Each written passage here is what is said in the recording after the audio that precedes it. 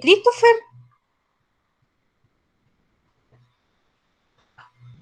Sí, Ya, todavía no habían empezado, es que pensé que habían partido y yo no lo escuchaba. Nada, no, que se había quedado pegado la presentación, con el mic se queda pegado, parece. ya, ok. Ya, tengo un segundito para... Y cuando quieran nomás parten, cuando estén listos.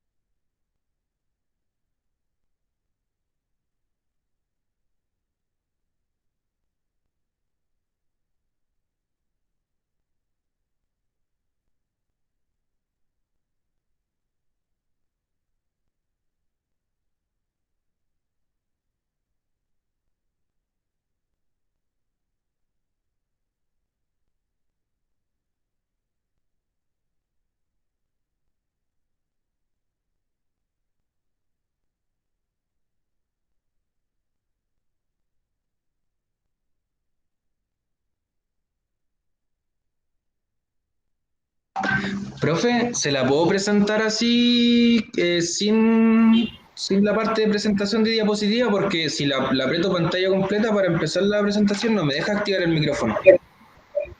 Oye, Christopher, y así como presento yo con media pantalla nomás, ¿no Sí, te por eso, resulta? con media pantalla así nomás. ¿Sí? Pero la vas corriendo de a poquito, Sí, como yo presento, porque si abre la pantalla completa también se me pone muy lento y se pega. ya, Sí, voy a trata ver. de verlo así.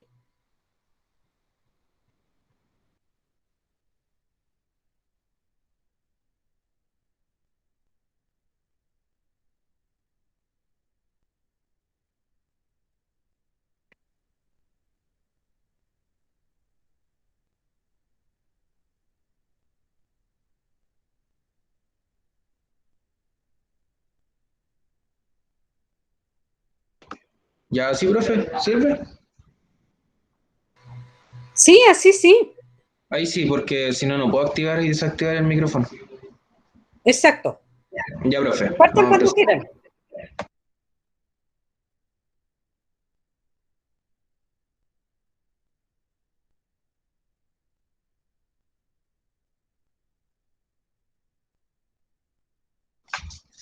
Ya, buenas tardes compañeros, buenas tardes profesora. Nosotros le vamos a presentar sobre la parafilia.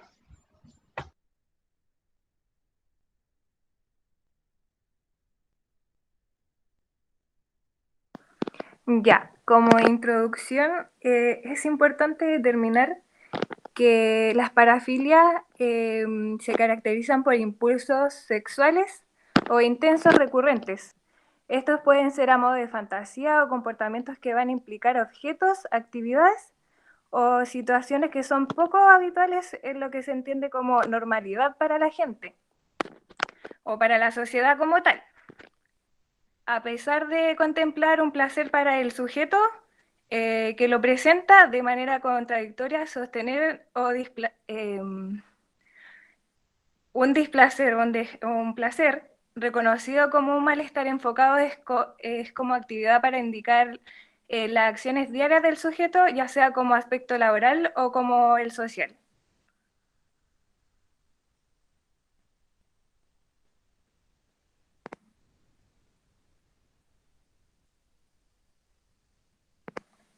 Como definición, el término parafilia denota cualquier interés sexual intenso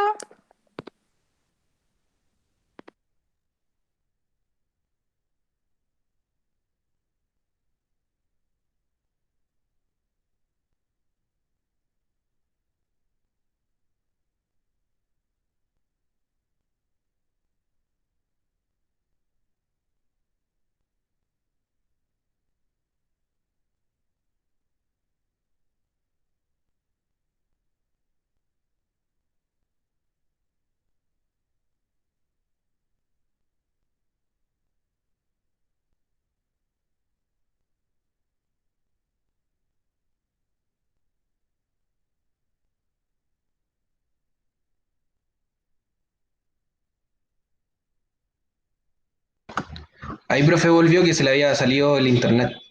Sí, disculpe, se me ha ido. No, no, sí, por eso esperé, chiquillos, sí. Entiendo, eso a mí también me pasa de repente, así que ya, tranquilo.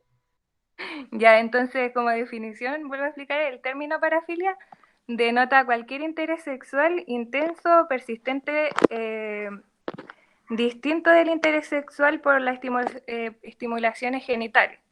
Y eso se los vamos a explicar más adelante. Y se van a dar cuenta que es diferente pronunciar la parafilia, o sea, nombrar la parafilia con los trastornos parafílicos. Siguiente.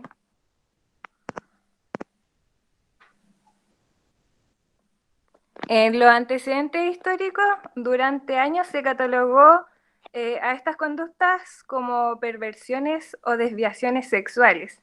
Sin embargo, para englobar una mayor red de comportamientos sexuales poco frecuentes o inapropiados, se aceptó el término como parafilia.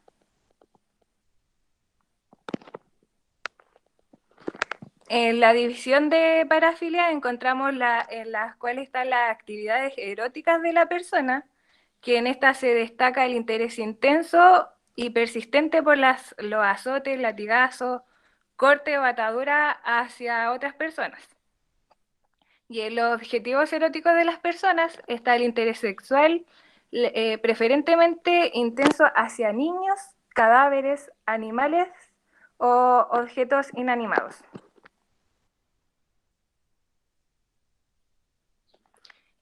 Como decía antes, es importante aclarar que existen la parafilia y los trastornos parafílicos. No son lo mismo. Siguiente.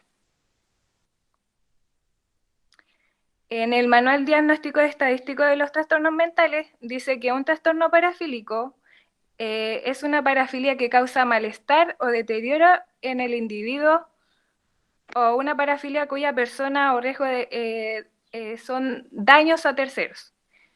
Y no se consideran como trastornos parafílicos a las personas que realizan ciertas prácticas sexuales, por muy extrañas que sean o resulten para otras personas, si esas son de forma consentidas, con consentimiento. Entonces, la diferencia entre parafilia y trastorno parafílico. En la parafilia estaría la excitación de las personas dependiendo de ella. También suele persistir en toda la vida y la presencia implica un trastorno. Y los trastornos de parafilia causa un malestar al individuo, causa daño a otros y está presente más allá de 6 meses.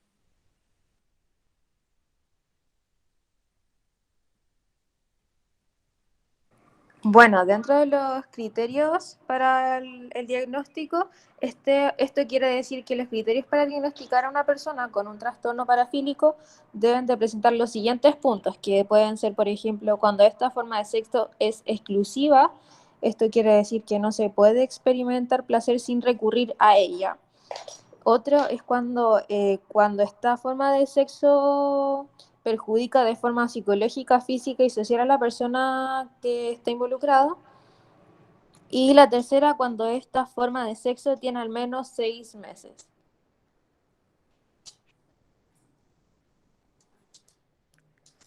Dentro de las causas de la parafilia no están claras, aunque algunos investigadores consideran que, aunque no necesariamente que estas puedan aparecer en personas que ya hayan tenido una cantidad muy elevada de placer sexual, que llega un momento en que lo poco no lo satisface y quiere más allá de lo normal, lo que la persona realmente quiere. Otras posibles causas serían las experiencias sexuales a temprana edad, información inadecuada sobre el sexo y experiencias anormales.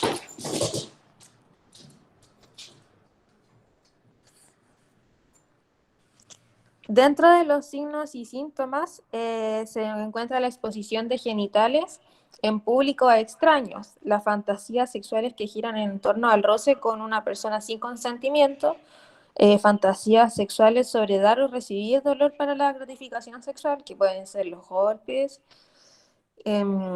fuertes impulsos sexuales o compulsivos. También la fantasía o deseos sexuales que causan problemas en las relaciones. También se puede encontrar la actividad sexual ilegal y el uso de objetos inanimados para la gratificación sexual. Dentro de los trastornos que se pueden encontrar, estos son seleccionados por el Manual de Diagnóstico y Estadístico de los Trastornos Mentales, por dos razones fundamentales, ya que son relativamente frecuentes y algunos de ellos se dan lugar a acciones para su satisfacción.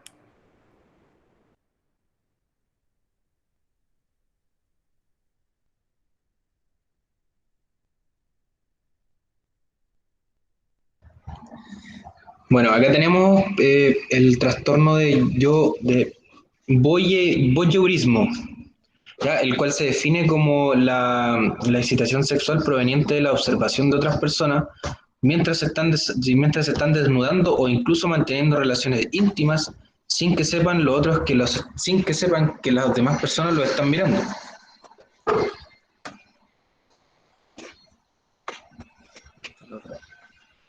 ¿Cambió? Sí.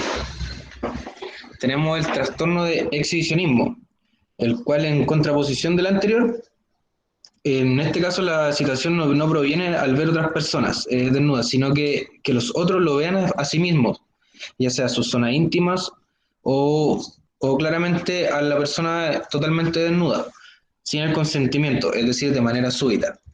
¿Ok? El sistema de navegación y de... ¿Se escucha? Sí. Ya, ok, el sistema de investigación Sí, se escucha, perdón que te interrumpa, pero lo es que no realiza... puedo abrir rápido el micrófono. Ah, ya.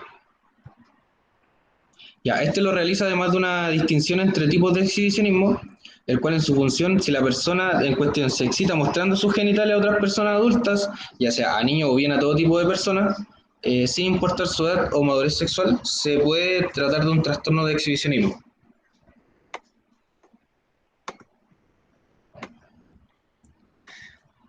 Ya. Tenemos el trastorno de froteurismo, el cual esta palabra proviene del francés y se refiere a la acción de frotarse.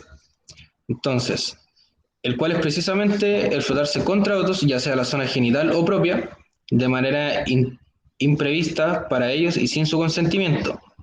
Este tipo de acciones también suelen tener lugar en espacios concurridos, como algunos de transporte público, entre otros.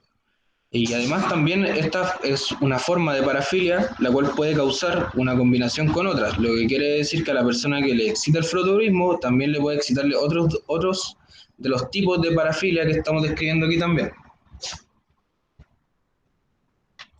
Ya, aquí tenemos el masoquismo sexual, el cual es la participación intencional en una actividad en la cual un sujeto es humillado, golpeado o atado, o es objeto de algún otro tipo de abuso para experimentar la excitación sexual. Tenemos también el sadismo, el trastorno de sadismo sexual.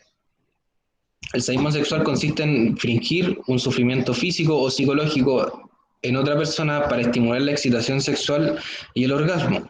El trastorno del sadismo sexual es el sadismo que provoca malestar significativo o deterioro funcional significativo, o el cual puede llevar a cabo sin el consentimiento de otra persona, que tenga una falencia en la integridad física, ya sea por medio de golpes, verbal o psicológico.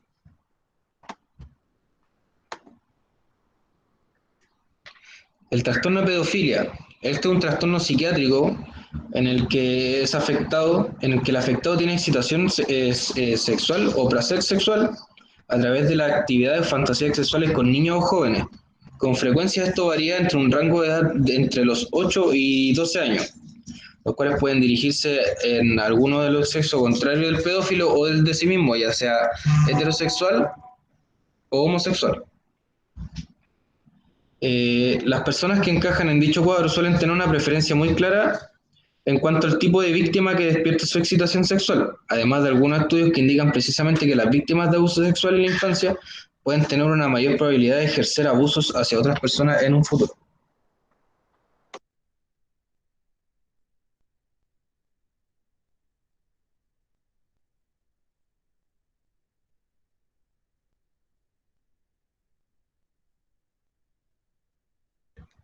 Ya, aquí está el uso el trastorno del fetichismo, el cual es el uso del objeto inanimado o con un gran interés centrado en partes del cuerpo distintas a los genitales, ya sea con juguetes sexuales, con lencería de distinto tipo, entre otros.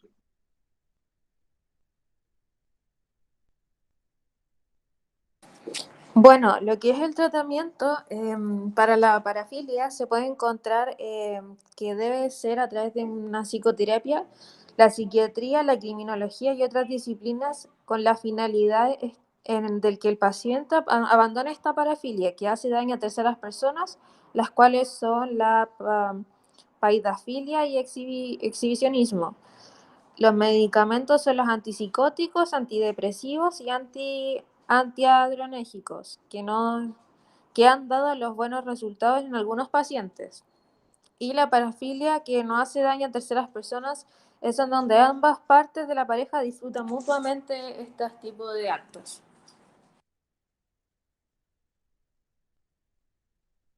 Bueno, y a modo de conclusión, la parafilia son partes de la historia social común del género humano.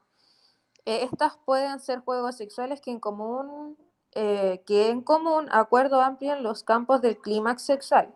El extremo puede ser atentar contra la integridad física, psicológica, moral, contra las garantías y libertades de las víctimas e incluso contra el mismo parafílico.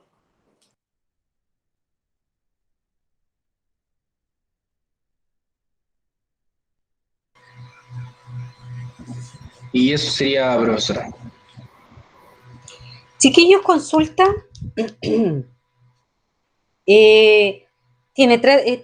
Ustedes hablan del tratamiento, pero ¿tiene cura? No, profe, es un tratamiento el cual es para que pueda controlar o disminuir prácticamente el trastorno, pero cura no tiene. ¿Ya? ¿Y le apareció en alguna parte porque no tenía cura? A cualquiera de ustedes, no necesariamente Christopher. No, profe, no salía nada de eso. Claro, porque Salían va como prácticamente dentro de varios la, tratamientos. ¿ya? Porque va como dentro de la personalidad, ¿ya? Entonces, recordemos que cuando pasamos a trastorno de personalidad también dijimos que no tenían una mejora, sino se mantenía, como ustedes decían, con el tratamiento. De alguna manera se minimizan los síntomas, pero, y con el tiempo esto también va como en regresión, pero no tiene una mejora por completo. Muchas gracias, chiquillos. Ya, profe. Había otro grupo más, me parece mucho que tenía que presentar también.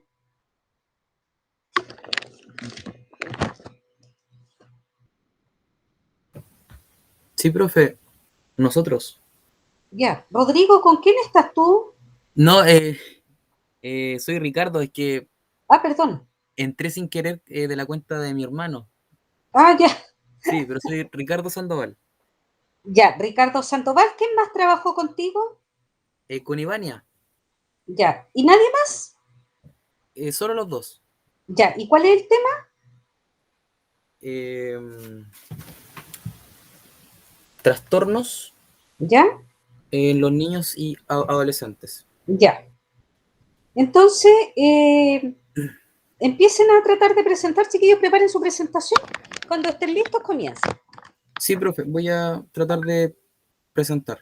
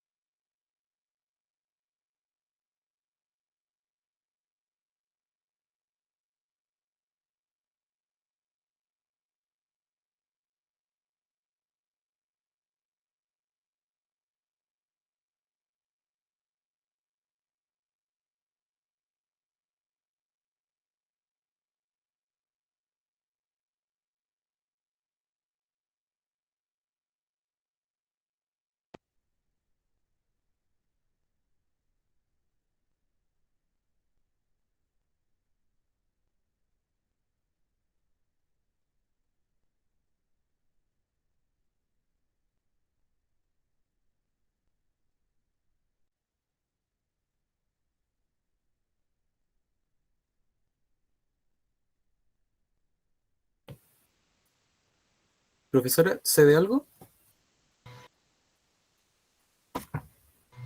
Sí, está empezando como a presentar. Sí, ahí se ve. Ah, ya.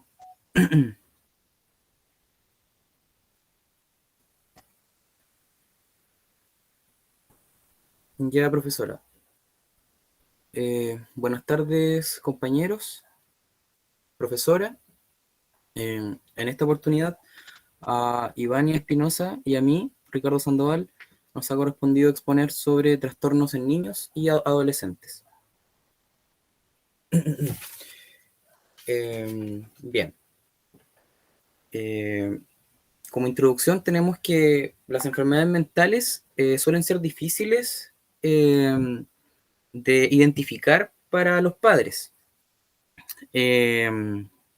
Por lo tanto, muchos niños que podrían beneficiarse del tratamiento no lo reciben. Estas alteraciones ocasionan vivencias desagradables en los niños, llegando a tener repercusión en lo emocional, social y académico.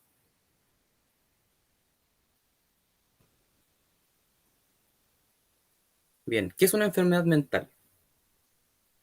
Los trastornos de salud mental en los niños se definen generalmente como retrasos, pero para evitar usar esa palabra me voy a referir como trastorno del desarrollo intelectual. También se tienen como interrupciones en el desarrollo del pensamiento, de las conductas, en las habilidades sociales o en la regulación de las emociones adecuadas para la edad.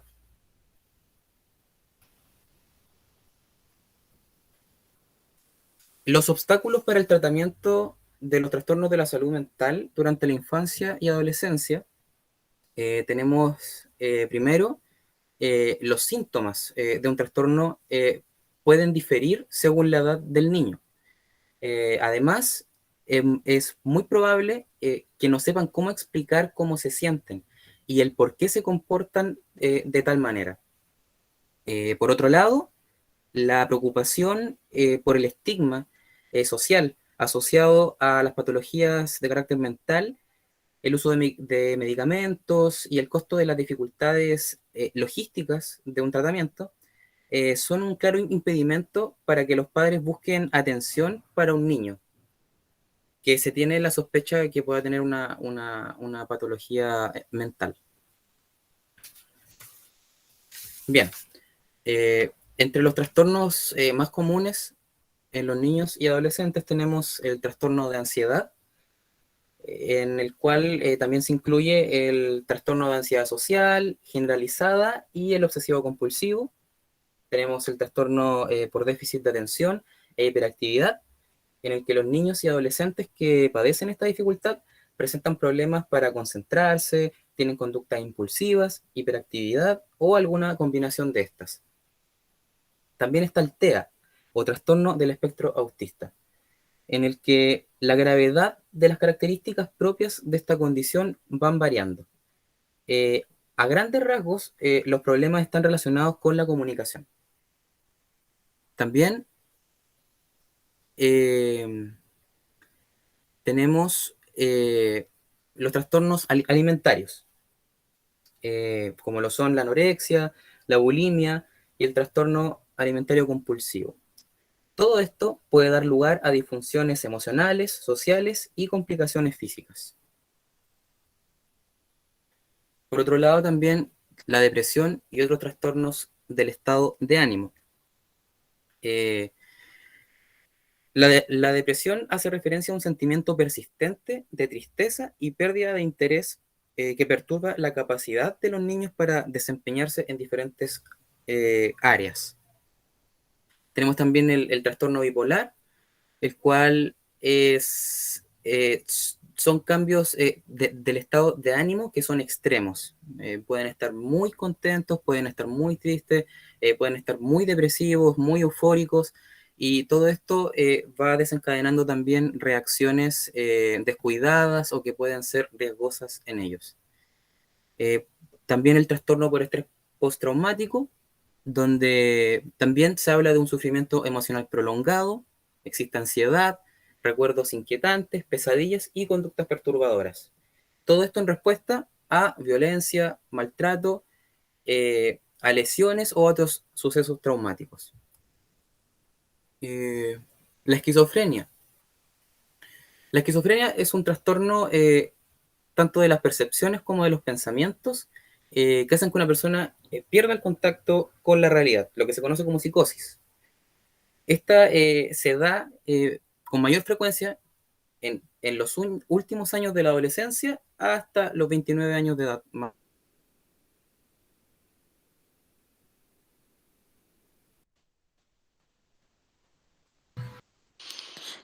Bueno, a mí me corresponde hablar sobre los trastornos más comunes que se dan con más frecuencia en los niños, como son, por ejemplo, el caso de la enuresis, que es la pérdida del control de la vejiga en los lapsos de sueño de los niños. De esta hay dos tipos, que es la primaria y la secundaria. La primaria es cuando los niños nunca lograron tener un control de su vejiga y se orinan por las noches sin darse cuenta. Y la segunda es cuando antes tenían un control, pero de un tiempo como de 6 meses aproximadamente ellos pierden el control de su vejiga. Esto se puede deber a causas de estrés, ansiedad, algún efecto traumático, algún suceso traumático que hayan tenido en su vivencia a corto plazo. O antecedentes familiares también pueden tener relevancia. Siguiente, por favor. El trastorno de la ecopresis es similar al anteriormente dicho, pero la diferencia es que en este pierden el control de esfínter y se defecan en su ropa. Este es un proceso, o sea, una de las causas más comunes puede ser que cuando los papás le quieren enseñar a ir al baño a muy temprana edad a los niños, y esto genera un conflicto en el aprendizaje. También puede ser por estrés, en el caso del divorcio de los papás o cuando van a tener un hermanito pequeño y ellos aún son muy chiquititos y no tenían como la madurez suficiente para poder llevar esta situación. Siguiente, por favor. El trastorno de la negatividad desafiante es cuando normalmente vemos niños que tienen como un carácter fuerte, que le contestan a los papás, que les hablan mal. Y este trastorno se genera antes de los 8 años aproximadamente. Dentro de sus signos está la irritabilidad muy grande.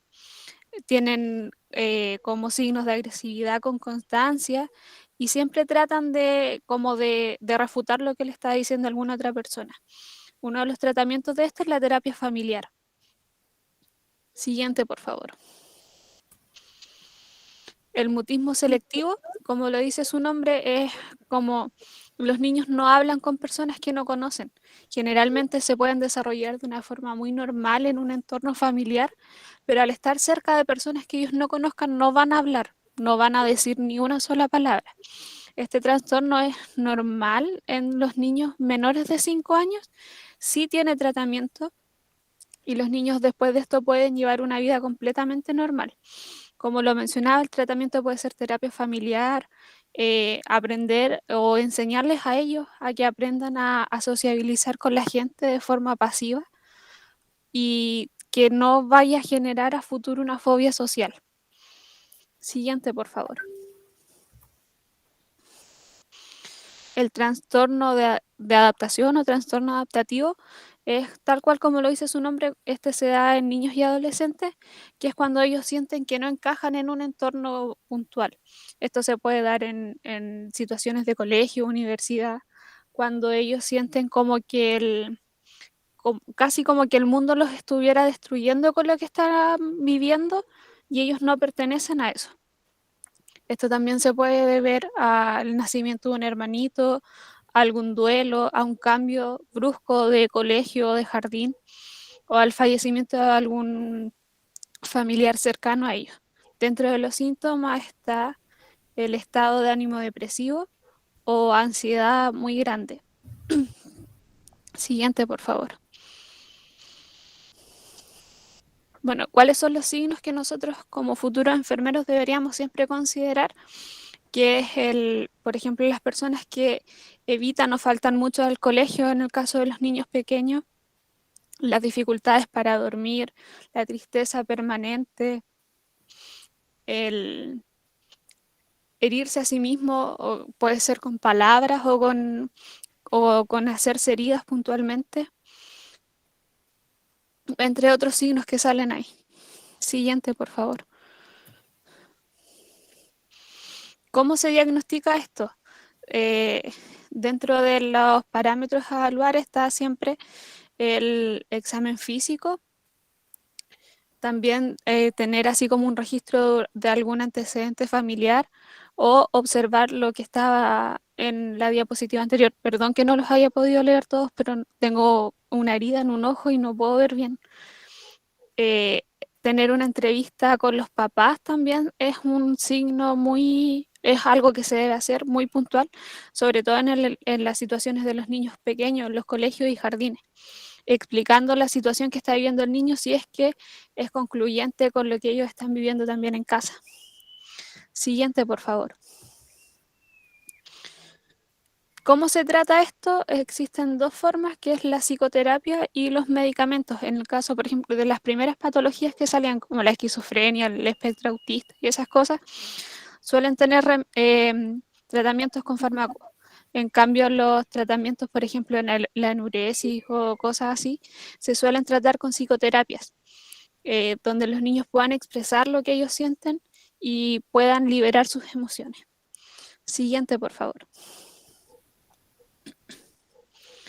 ¿Cómo ayudar a lidiar una enfermedad mental en un niño o en un adolescente? Es importante, ya que son etapas que están en formación constante, tanto un niño como un adolescente. Entonces se debe buscar una forma como de saber entender lo que ellos están sintiendo, nunca como opacar lo que ellos digan que sienten, como decirle lo que a ti te pasa no es tan importante, o decirle a mí también me pasó a tu edad. Tratar de entenderlos y de buscar una solución en conjunto, pedir ayuda cuando se necesite y por sobre todo tener la empatía con ellos. Siguiente, por favor. Y a modo de conclusión, podemos poner de que, bueno, nadie está libre de sufrir algún tipo de trastorno psicológico y como lo muestra el monito, de repente, por más que uno vea a los niños felices y riendo y jugando, a veces uno tiene que ver un poquito más allá. Yo creo que eso va a ser fundamental en nuestro rol como futuros enfermeros, entender pequeños signos que van a dar ellos, pequeñas pistas, y que podamos irlas identificando a tiempo para que ellos también puedan tener un tratamiento oportuno. Eso sería nuestra presentación. Gracias. Chiquillos, consulta en relación a la esquizofrenia que nombraron en algún minuto. ¿Qué edad encontraron en la cual partía esta enfermedad? ¿Qué edad tenía el menor para decir que tenía esquizofrenia? Principalmente, ¿Mm?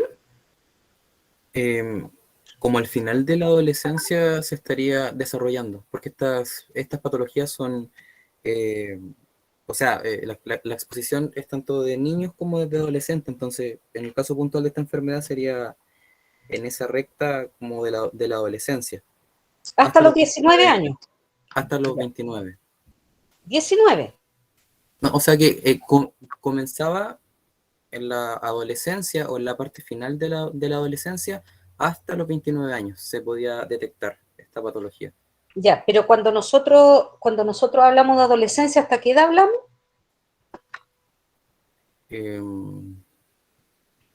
Como hasta los 17. 19 años. Recuerden que el periodo de adolescencia es entre los 10 y los 19. Ya, porque como se considera desde los 18 adulto en Chile. Sí, pero ese es el adulto legal. Para como la cosa más civil, ¿me entienden? Desde Claro. el punto de vista médico, adolescente es el joven que está entre los 10 y los 19 años. En todo caso, chiquillos, ustedes van a encontrar hartas contraposiciones aquí, porque miren, en la práctica, un médico, un pediatra, debe atender los niños hasta los 17 años, 11 meses, 29 días, ¿cierto? Hasta antes de los 18, porque de ahí pasa a ser adulto. En un hospital es considerado adulto y se va a los servicios adultos un joven que tiene 15 años hacia arriba. Pero en la práctica, por ejemplo, en los programas de de adolescentes que tienen los consultorios o los CEFAM son entre los 10 y los 19 años. Entonces hay hartas cosas que están ahí como cuando a ti te dicen, no, pero es que tú eres un adulto ya. O sea, en general es porque alcanzó la mayoría de edad nomás, po, que alcanzó los 18 años, pero es un adolescente. ¿Ya? Así que por eso recuerden que ahí como que se van cambiando un poco las edades. De hecho, miren, el servicio corta estadía, que es el de psiquiatría del hospital, atiende jóvenes desde los 15 años en adelante, hasta adulto mayor. Pero cuando tengamos un servicio de infanto-adolescente, que es la propuesta que va en el nuevo hospital, los infantos-adolescentes van a estar hasta los 19 años en su servicio, o hasta los 18 en su servicio, y de ahí van a pasar a estar con nosotros como adultos. ¿Ya? Entonces, por eso es que en este minuto los mayores de 15 años llegan a psiquiatría porque ya son adultos y se atienden en los servicios adultos como corresponde en todos lados. ¿Ya? Pero si ustedes van a la consulta privada, un pediatra los va a atender hasta los 17 años, 11 meses, 29 días en su consulta.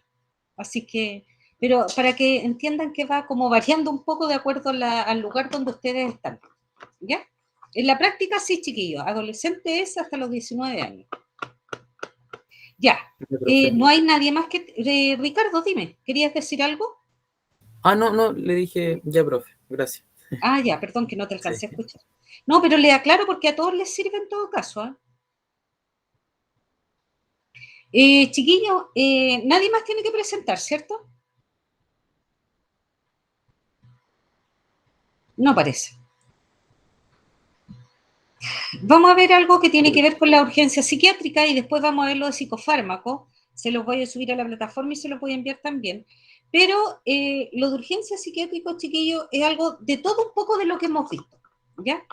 Tiene que ver en el fondo con las patologías que más prevalentemente pudieran llegar a ser una condición vital, por lo tanto requiere una rápida intervención. O sea, aquí no tenemos que demorar en ver quién lo puede atender ni nada. Este paciente debería llegar a probablemente a un servicio de urgencia común y corriente, a un SAR, ¿ya?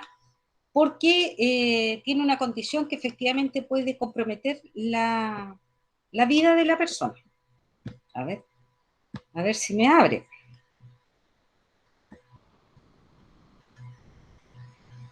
¿Ven el Word?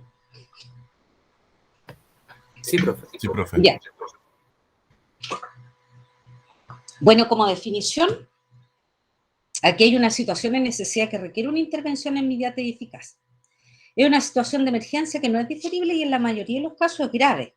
¿Ya? La OMS dice que aquella necesidad que no se puede atender en el domicilio, sino que necesita hospitalización. El estado de urgencia psiquiátrica entraña una alteración grave y urgente de la conducta del afecto y la ideación que imposibilita a la persona a enfrentarse a su situación vital y conservar sus relaciones interpersonales. Cualquiera de las patologías psiquiátricas puede terminar en algún momento en urgencia. Por ejemplo, el paciente con una demencia, hipotéticamente estamos hablando aquí, puede agitarse, descompensarse y tratar de autoeliminarse. El de a psicotizarse puede constituir un problema conductual. El epiléptico puede tener crisis frecuentes y caer en un estatus epiléptico. El paciente con intoxicación por drogas puede aparejar trastorno de personalidad. La neurosis puede hacer crisis de angustia. El alcohólico puede hacer un síndrome de privación desde leve a grave. O la psicosis reactiva puede ser en una persona que tiene fiebre tifoide y en tratamiento puede psicotizarse más o menos como a la 4ª semana. Entonces, una urgencia es la culminación de una enfermedad mental que está en evolución o en desadaptación psicológica, ¿ya? Dentro de esto, el objetivo de la atención de urgencia, la idea es aplacar los síntomas de la causa principal, porque se pretende llevar al paciente a un estado en que se maneje mejor y que pueda hacerse un estudio apropiado. También es ayudar a reducir las perturbaciones y facilitar que germinen círculos familiares, conectar al paciente y la familia con el equipo de salud mental. El primero puede considerarse como el más importante, la idea de aplacar los síntomas, pero si tenemos presente que un gran número de emergencias surgen por la evolución de una morbilidad maltratada, es indispensable también cumplir con lo demás. La evaluación de una emergencia necesita primero con la entrevista, porque hay que cumplir con las condiciones en que lo ideal es que sea privada. Lo digo lo ideal, chiquillos, porque en un servicio de urgencia hay mucha gente y a veces se comparten los box de atención. Que sea ecuánime, serena, activa, aseguradora y convincente tanto para el paciente y la familia, que se podrá además resolver el problema que le apremia. En la entrevista será fundamental precisar lo que está sucediendo con el paciente y por qué este momento irrumpe el desequilibrio en la adaptación que origina la emergencia.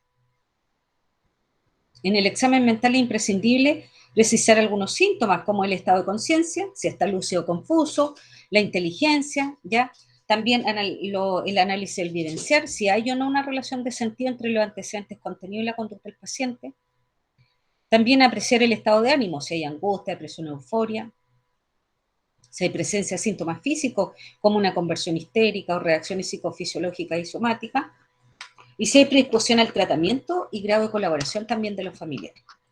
Pero aquí también es importante establecer con la familia el vínculo para tener una relación que permita visualizar el marco en el cual el paciente se mueve y también para que el familiar tenga claro lo que hay que seguir haciendo. Entonces, la condición de una atención de urgencia, hay una necesidad de actuar rápidamente y bien. En psiquiatría hay condiciones que aumentan el nivel de ansiedad de actuar con rapidez y en buena forma, y entre esos tenemos cuando el paciente no colabora, por ejemplo. Hay algunos que no están conscientes de estar enfermos, vienen en contra de su voluntad al hospital, gritan, no justifica cuál es la atención, por qué están recibiendo atención. Y otros porque están estuporosos, reticentes, que están desconfiados y no entregan su experiencia. También porque hay que actuar rápido, los familiares a veces son difíciles también, ¿ya? Existen problemas porque no toleran al paciente o porque lo ven como un problema personal o económico. También hay opinión de limitación en relación a la especialidad en términos de rendimiento terapéutico, porque llegan principalmente los pacientes graves con mal pronóstico, que es lógico, porque en un hospital se van a recibir los pacientes más mal, ¿ya? También surge la sensación de agobio porque se ven, y que eso es muy frecuente, los mismos pacientes, y esto se suma a las limitaciones materiales para la salud y especialmente en la psiquiatría, ¿ya? Estamos recibiendo constantemente los mismos pacientes. Por ello es necesario tener claro los objetivos para no desesperarse, hacer prioridades para limitar el trabajo. ¿Cuáles son los modelos básicos de urgencia psiquiátrica?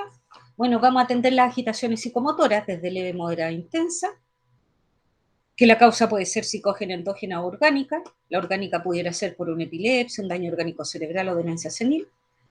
También los pacientes con intento de suicidio, porque puede ser por causa similar a las anteriores. También pacientes en estado estuporoso, que puede ser endógena como una esquizofrenia o una psicosis maníaco-depresiva, psicógenas por cuadros disociativos, cuadros histéricos y neurosis, y la exógena por intoxicaciones, droga, alcohol o infección. También vamos a atender los cuadros confusionales, el estatus epiléptico, porque a pesar de que la epilepsia es una enfermedad neurológica, tiene un componente conductual importante, chiquillos. Los pacientes a veces su crisis solamente es agresividad. Los pacientes con delirio tremen, pero también como tienen un componente orgánico muchas veces se atienden en medicina. Con un síndrome esquizomorfo o un síndrome psicógeno agudo. Bueno, una de las condiciones que decíamos que se atendían era la agitación psicomotora, en donde hay un aumento de la actividad mental y motora, la cual puede llegar a ser desordenada e incontrolable. De algunos casos peligrosos para el individuo o para terceros, y puede ir desde una verborrea hasta el paciente agresivo. Hay grados variables tanto en la intensidad como en la duración de la hiperactividad psicomotora. También en la violencia en los actos y palabras y en la autoheteroagresión. Frecuentemente, el ambiente no preparado responde con maniobras que exacerban el comportamiento del paciente, el que a veces es tratado como un delincuente más que como un enfermo. Estos pacientes que presentan agitación psicomotora pueden mostrar conductas de ansiedad, sensación de pánico, algunas conductas paranoides, también conductas antisociales, sociales anormales, llegando incluso a la agresividad, a veces al daño y la destrucción. ¿Cuáles serían los indicios de más agresividad? La presencia de un compromiso de conciencia en el paciente, la actitud tensa y amenazante, los antecedentes de violencia previa que pudiéramos tener cuando el paciente no es primera vez que se hospitaliza, y el grado de pérdida de control o intensidad severa de la agitación. Cuando es conocido, porque a veces no necesariamente requiere una hospitalización, pero en la urgencia a veces los conocen, ¿ya? Así como en los CEFAM, de rural y todo eso. Las causas de esta agitación pudiera ser exógena, como tóxica orgánica, por daño funcional o anatómico del sistema nervioso central, por drogas o enfermedades. Las drogas actúan por exceso, ya sea por suspensión brusca también, toxicidad o reacción adversa, y las enfermedades lo hacen por daño tóxico y orgánico.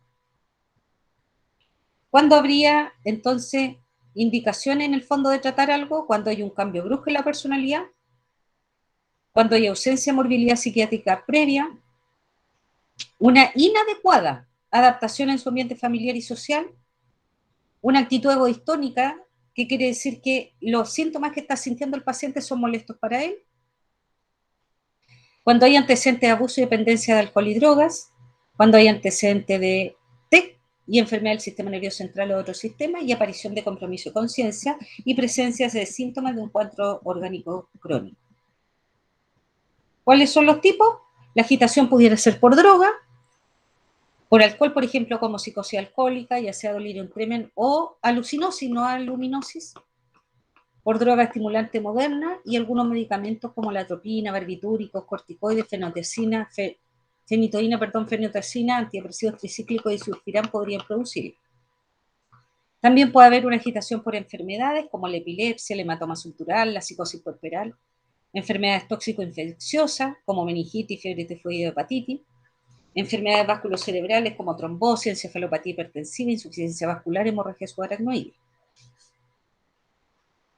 Un daño orgánico cerebral tratable como el hipotiroidismo, la anoxia secundaria, enfermedad cardíaca o respiratoria crónica, la hipoglicemia, absceso cerebral, tumor cerebral, hidrocefalia normotensiva, y los no tratables como encefalopatía alcohólica, enfermedades preseniles, arteriosclerosis, esclerosis múltiple, metástasis cerebral y demencia senil. Y también las psicógenas reactivas por vivencia psicotraumática. También puede haber respuesta a acontecimientos en estas reactivas vividos por el enfermo quien está incapacitado para superarlo. Y es corriente el antecedente de un conflicto interpersonal, laboral o personal, con frustraciones sentimentales, cesantía, primera experiencia sexual o pérdida de un ser querido. Y los tipos aquí sería la forma histérica como disociativa conversiva, con una crisis emocional, crisis epileptiforme de estado crepuscular, la forma angustiosa aguda y la forma depresiva. Y las endógenas, que son psicóticos lúcidas. Esto quiere decir, chiquillos, que el paciente en general se ve bastante bien y en todos los aspectos de su vida se ve bastante normal, habla cosas que denotan estar como normal, excepto que tiene solo un discurso o un tema de conversación que es parte de la psicosis. Por ejemplo, que lo persiguen, que lo quieren matar, pero todo lo demás lo habla de manera correcta. Bueno, son las que se presentan en pacientes portadores de la enfermedad endógena, en las que destaca la esquizofrenia. Por eso es que muchos esquizofrénicos no denotan la enfermedad, porque si ustedes hablan con ellos hasta que llegue el tema de su delirio, ¿ya? La psicosis maníaco-depresiva y la psicosis paranoide. Las diferencias es que en la exógena habitualmente hay algún grado de compromiso de conciencia, cual o cuantitativo. El inicio es abrupto, sin antecedente de enfermedad psiquiátrica.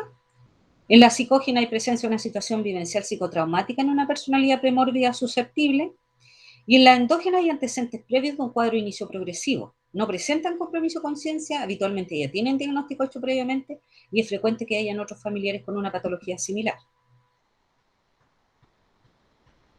En cuanto a la atención de enfermería en estos casos, generalmente este tipo de paciente provoca una respuesta emocional en el personal, ya sea por factores generales, que es como una emergencia, porque hay que tomar decisiones de forma rápida respecto a qué hacer con el paciente y la responsabilidad por la propia vida o la salud de otros también. Y hay factores, aspectos específicos del paciente psiquiátrico, porque no tenemos mucha idea, pero sabemos que son violentos en muchas ocasiones cuando están agitados. Yo hablo solo de la agitación, no del común de los pacientes, pues el común de los pacientes psiquiátricos no es violento, y por lo descontrolado e impredecible de sus posibles respuestas. Entonces, el objetivo aquí es prevenir actuación de impulso inaceptable o destructivo, que es una condición que ocurre como expresión de sentimientos personales. Por ejemplo, el aceptable llorar cuando se está triste. Proteger al paciente y a otro, prevenir la destrucción de propiedades, porque si, por ejemplo, el paciente rompe una cama, en los hospitales, yo voy a hablar de lo público porque es lo que más conozco, pero habitualmente, chiquillos, no es que mañana me vayan a comprar la cama para reponerla, y esa cama, ¿cuántos pacientes más podrían ocuparla? Entonces, por eso hay que cuidar la propiedad pública, porque en el fondo le sirve a todos y a mucha gente, ¿ya? La expresión adecuada de los sentimientos en forma verbal y no físico destructiva, construir una relación de confianza y proporcionar un ambiente seguro. De la acción en enfermería se debe siempre actuar en forma conjunta y sincrónica, nunca solo. Si el personal no está adiestrado en esta área, es mejor que no intervenga. Aquí hay que hacer la anamnesis con la valoración del paciente, examen físico, examen mental y entrevista del paciente. La información de familiares y amigos policiales que acompañan al sujeto también es importante obtener, ¿ya? valorar el estado psicológico del paciente cuando el consultante coopera con la entrevista. La situación psicosocial que desencadena también esta situación podría ser las relaciones interpersonales que están desencadenando esto, los cambios en la situación vital, lugar y características del lugar en que vive y trabaja, por ejemplo. También algunos aspectos biológicos, si usa sustancias químicas, droga o alcohol, la existencia de problemas orgánicos, sistémicos, neurológicos, la enfermedad mental, las hospitalizaciones, lesiones de enfermedades graves, ¿ya? Y hacer un control en todo momento de la situación. Abordar al individuo en una actitud tranquila, decidida, firme y que inspire confianza. Esta actitud es terapéutica y ayuda a tranquilizar al paciente. La confianza es la base fundamental de una relación terapéutica. No solo el enfermo debe confiar en el profesional de enfermería, sino también ésta debe confiar en sí misma como terapeuta, en la motivación del paciente y las capacidades para su cambio. También hay que mostrar una actitud de interés en el bienestar del sujeto, demostrar respeto, consideración, una actitud amistosa, ¿ya? Reconocer el estado de agitación del paciente y ofrecerle ayuda. Presentarnos por nuestro nombre, hablarle con precisión y claridad, repetir el nombre del paciente de cuando en cuando, porque, chiquillo, hay algo que habitualmente se dice, que es que para una persona no hay nada más dulce, que es como una melodía, como una canción que le guste, escuchar su nombre, a pesar de que no somos muy conscientes de ello. Dar oportunidad para ventilar la ira verbalmente, escucharle con calma y atención, estimular a que exprese sus pensamientos y emociones. Y sentimientos, perdón. Una parte importante de la terapéutica de un enfermo es la expresión de sentimientos. Es importante que se anime a exponer sus sentimientos en forma de que no entrañen destructividad y sean aceptables por él mismo, ya sea escribiéndolo, hablando de ello, dibujarlo o mediante una actividad física. También puede ser conveniente alertar expresiones, ¿ya? Como el llanto, con lo cual el enfermo o la enfermera puede no sentirse totalmente cómodo. La enfermera puede permitir que el paciente exprese sus emociones mediante el apoyo verbal directo, silencio o permitiéndole el tiempo suficiente para que exprese sus sentimientos, sin sondear en busca de información o cortar el discurso del paciente con comentarios cariñosos. ¿Ya? Chiquillos, y esto es algo que habitualmente hacemos porque a veces como que nos incomoda que el otro llore. Entonces, ¿qué hacemos? No, quédate tranquilito, no llores. No, pero aquí hay que animarlo a que exprese su emoción. No se deben evitar la expresión de sentimientos dolorosos, se debe permitir que el paciente los descargue y llegue a aceptarlos, aunque sean emociones negativas como el odio, la desesperación o la ira. Aceptar los sentimientos del paciente no significa aprobar todo lo que él diga, ¿ya? Si el profesional se siente incómodo con los sentimientos que el enfermo está expresando, es importante que examine lo suyo o hable con los otros miembros del equipo acerca de lo mismo y deje el cuidado del paciente a otros miembros con quien el paciente se sienta más cómodo para expresar con claridad todos sus sentimientos. También hay que brindar al paciente un ambiente terapéutico, un ambiente que no sea amenazante, con un espacio amplio, desplazamiento libre en el entorno. Además, cuando está agitado también es importante disminuir la cantidad de estímulos que puede recibir del entorno, ¿ya? Un aspecto importante del ambiente terapéutico es la exclusión de objetos o eliminación de circunstancias que el paciente pueda utilizar para dañarse a sí o a los demás. Por ejemplo, chiquillos, tan fácil como en psiquiatría no les permitimos el uso, que no entre cuchillos ni tenedores, solo cucharas grandes para alimentación, pero las guardamos nosotros, porque la cuchara por el otro lado tiene un palito que puede usarse para dañarse. Las bolsas plásticas, por ejemplo, se pueden utilizar para asfixiarse, los cordones, los zapatos, las máquinas de afeitar las tenemos nosotros guardadas, o sea, hay hartas cosas que uno lo puede ver como tan inofensivo, pero que puede ser perjudicial. Aunque es muy importante en un marco de salud mental, esto debe ser considerado también en cualquier otra instancia en que tenga que atenderse la salud de los pacientes. El personal de enfermería deberá seguir las políticas de los medios de atención encaminada a prevenir los peligros usuales en el trabajo cotidiano con el enfermo y completarlas según sea necesario. Existen formas de proceder que por su carácter de castigo favorecen las tendencias autodestructivas del paciente, pues confirma el sentimiento de culpabilidad y necesidad de recibir una pena por lo que considera un pensamiento o conductas malas. Y esta debe utilizarse solo en forma temporal, o sea, por ejemplo, la contención física. También es importante mantener al paciente a la vista del personal, con la puerta del cuarto o de la habitación abierta, no bloquear la salida o la puerta, o en caso contrario el paciente puede sentirse encerrado o amenazado. Reconocer algunos signos de agitación antes que sea necesaria la sujeción, por ejemplo, cuando está aumentando el tono de voz, las claves verbales de agresividad, el aumento de la inquietud, aumento de la actividad motora o disminución de la tolerancia a la frustración. No hay que ejecutar ningún movimiento brusco. Si el paciente lleva un arma, rogarle que la guarde en un lugar neutral. Usar medio restrictivo es importante, pero solo como último recurso, con una actuación serena pero decidida. Muchas veces es desagradable la contención física, pero es necesaria hasta que el paciente se calme para evitar riesgo para sí o para otro. Se le debe superar numéricamente de tal modo que no intente luchar, por ejemplo, un funcionario para cada extremidad y alguien para la cabeza, y además alguien que vaya colocando las contenciones y vaya administrando el SOS. El acercamiento gradual y con intervención verbal, hay que irle explicando qué se le está haciendo, que es una medida terapéutica que está indicada por el médico y que en la medida que él se vaya tranquilizando se le va a ir retirando. Aplicación de la contención con el mínimo de fuerza, no golpear al paciente y no actuar en espacios abiertos y llevar a un lugar cerrado. Conservar siempre el control de la situación, permanecer en calma. Si el profesional no se siente competente para enfrentarse a una situación de esta índole, obtener la ayuda necesaria.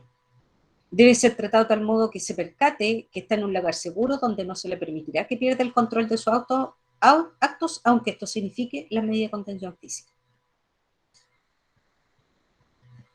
Administrar medicamentos de urgencia de acuerdo a la indicación médica, pero se administran generalmente tranquilizantes menores, como el lorazepam, el diazepam, pero el diazepam es poco usado, que puede ser lorazepam intramuscular endovenoso. Nosotros, en el caso de nosotros, lo mezclamos con un tranquilizante mayor, que es el haloperidol, lo mezclamos.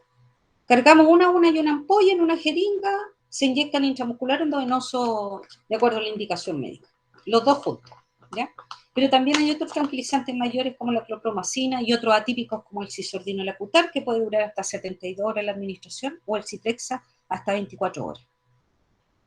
No permitir que los demás enfermos observen lo que ocurre, hacerlo entretener en otra actividad, en un lugar diferente, hablar con los enfermos después de resuelta la situación para que no se asusten. Recordar llevar un registro y dar un informe de los procedimientos realizados con todos los datos exactos, y después de disminuir la agitación o agresividad. Si este paciente no está en psiquiatría, hay que internarlo en psiquiatría y disponerle de un tratamiento psiquiátrico de consulta externa. Chiquillos, ¿hasta aquí alguna consulta?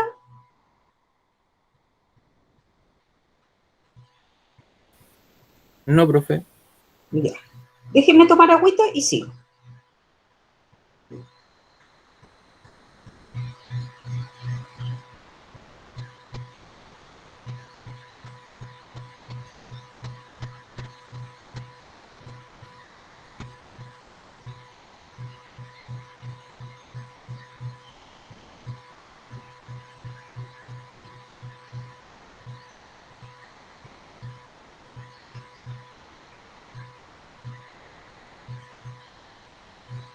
Ya.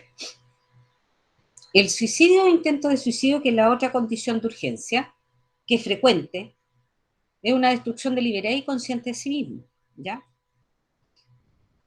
Los métodos de alto riesgo que habitualmente se utilizan, propio del intento de suicidio puro, ya no manipulativo, son intoxicación por gas, ahorcamiento, la utilización de armas de fuego, ¿ya? Y los métodos de bajo riesgo son propios del intento de suicidio ganancial con, por ejemplo, ingestión de tranquilizantes, a veces la flebotomía, pero, chiquillos, también da más alta letalidad el hecho de que un paciente planifique el intento, ¿ya?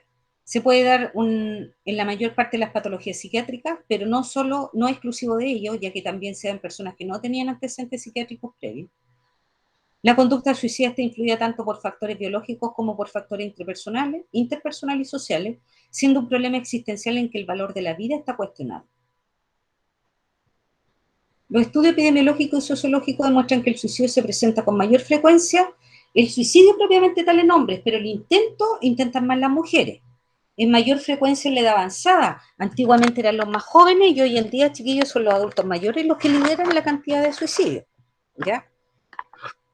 También hay una situación familiar desestructurada en general, con separación, soltería o alcoholismo.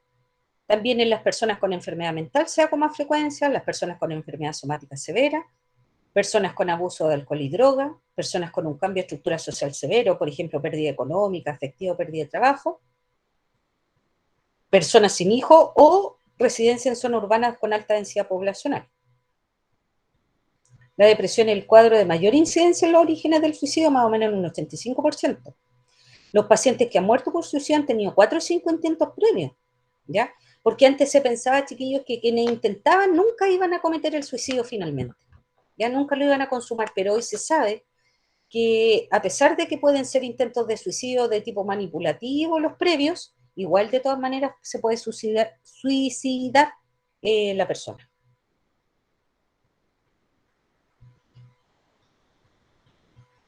Esperen un poquito.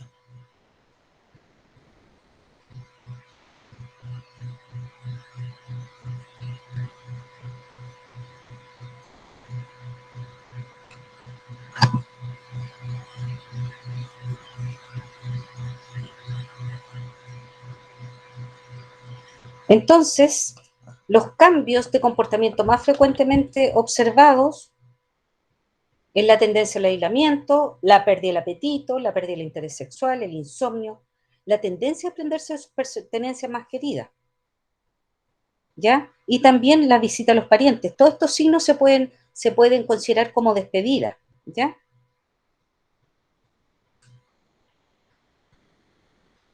Estudios realizados en población suicida se ha establecido que en un 30 o un 85% de ellos antes del intento se les había diagnosticado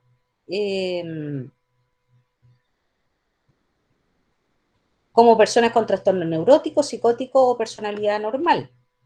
El suicidio es infrecuente en retardo y deficiencia mental y muy raro en cuadro demencial y casi nunca en síndromes maniacales. ¿Cuáles son las características en el intento? El síndrome depresivo es el que da mayor número de suicidios, especialmente en sujetos deprimidos no tratados o tratados insuficientemente. En la depresión, el suicidio adquiere las características de una idea obsesiva, ¿ya? Se da en cualquier momento evolutivo de la enfermedad, en especial al desaparecer la inhibición psicomotora, que se da generalmente, chiquillos, cuando el paciente empieza el tratamiento con antidepresivos. Por lo tanto, al haber mayor claridad mental y disminuir un poco la inhibición psicomotora, hay que tener mayor cuidado con los pacientes. ¿Ya? Son considerados alto riesgo algunos factores como antecedentes familiares de suicidio, y en especial de los padres, antecedentes intentos previos en el sujeto, depresión que cursa con intranquilidad motora y angustia alta,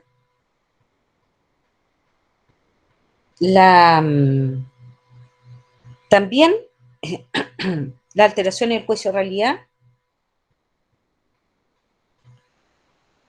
de tipo deliroide, con culpabilidad marcada, ideas de fracaso global o ideas de ruina o enfermedad, también el grado de elaboración de la idea, lo que les decía, mientras más planificado esté, mayor es el riesgo de que sea de mayor letalidad, con representación del acto. Recordemos que la representación son imágenes que surgen en la conciencia de algo que se inventa, por ejemplo, en este caso, porque generalmente el suicidio no lo va, obviamente, a vivir previamente.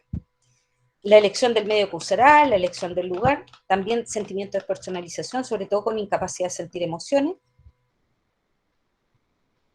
¿ya? Y persistencia de insomnio severo. En el caso de la esquizofrenia se manifiesta en diferentes momentos evolutivos de la enfermedad. Es probable que sea el momento inicial en el curso de la recuperación, porque la recuperación es cuando la persona como que recién toma conciencia de lo que ha vivido y de lo que ha sucedido con él, de lo que le ha hecho a otras personas también. Se ha observado porcentaje alto de suicidio en pacientes tratados con neuroléptico depósito también, ¿ya? Aquí hay una hipótesis de depresión farmacógena. Los intentos de suicidio en esquizofrenia muestran algunas características particulares que tienden a elegir métodos de alto riesgo. Generalmente ellos son la muerte muy traumática.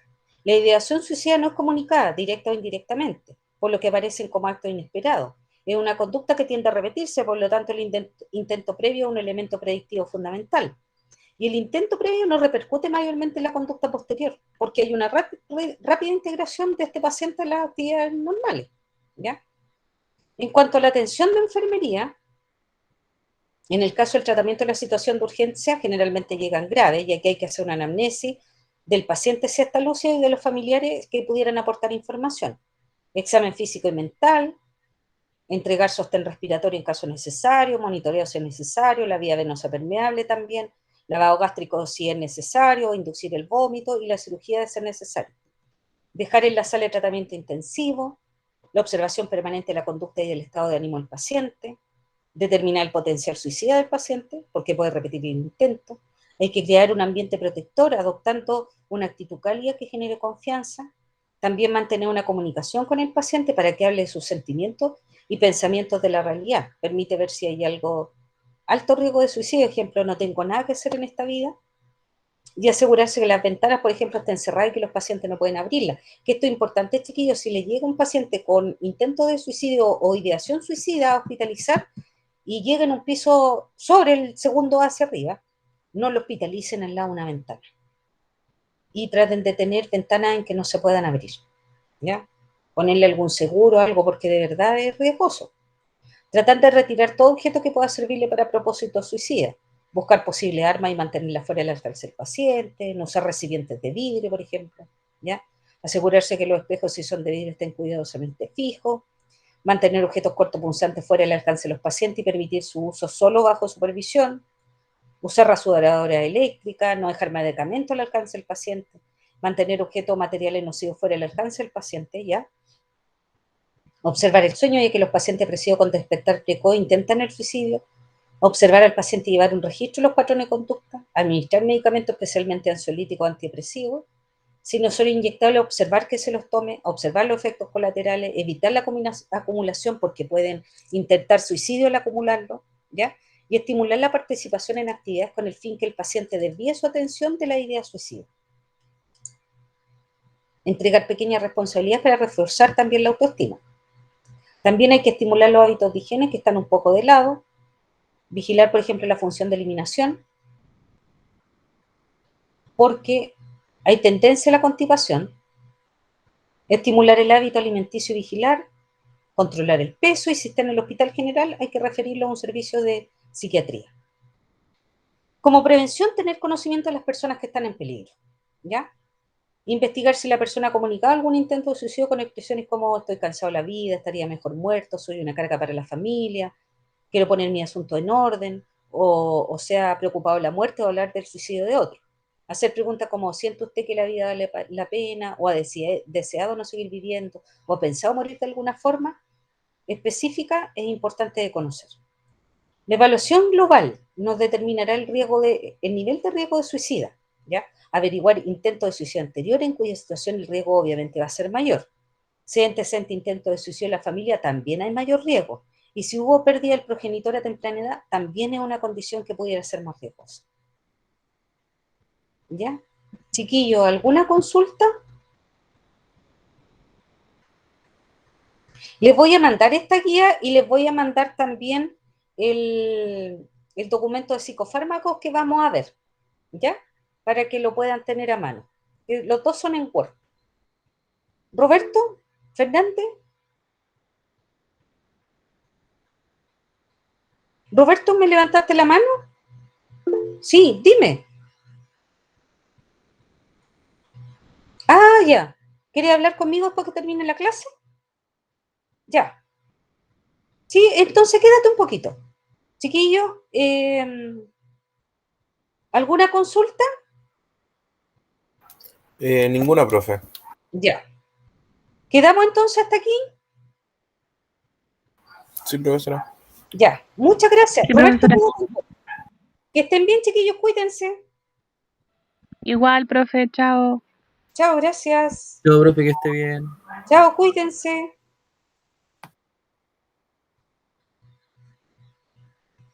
Profesora, Sí, dígame. César. al igual que el compañero, igual ¿puedo hablar con usted? Sí, por supuesto. Ya, gracias. Ya.